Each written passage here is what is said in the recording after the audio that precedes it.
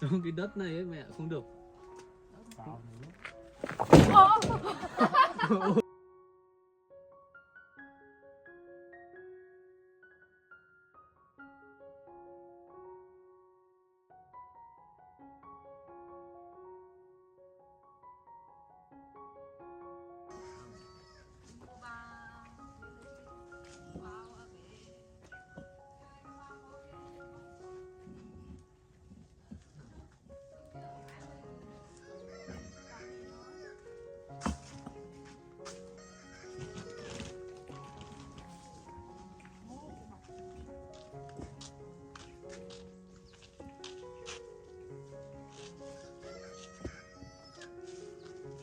Ngồi sang đây hai bác cháu mình ngồi đấy. Đấy để ấm ấm nhá, ta ngồi đây để ấm nhá. Ta ngồi ta chỉ đạo nhỉ. Đội này làm ăn nhanh lên. Lái xe oai thế. Đội này làm ăn nhanh lên đấy.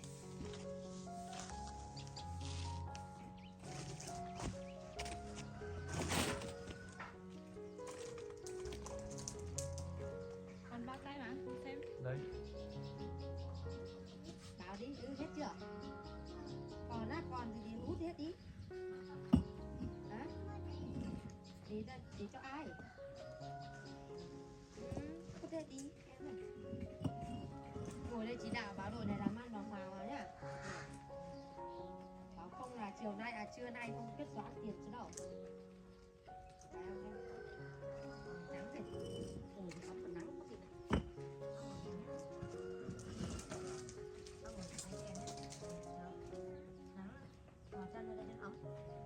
Nhìn thấy thôi.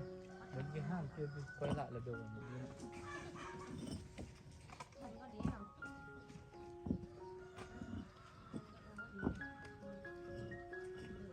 Lúc cứ giang hàng đi quay được.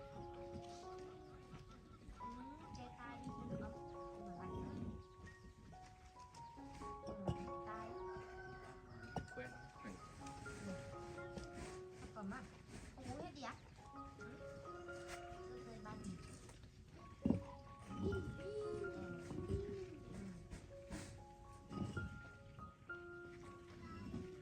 Hả?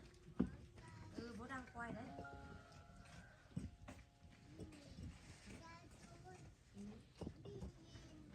Đi nhìn thấy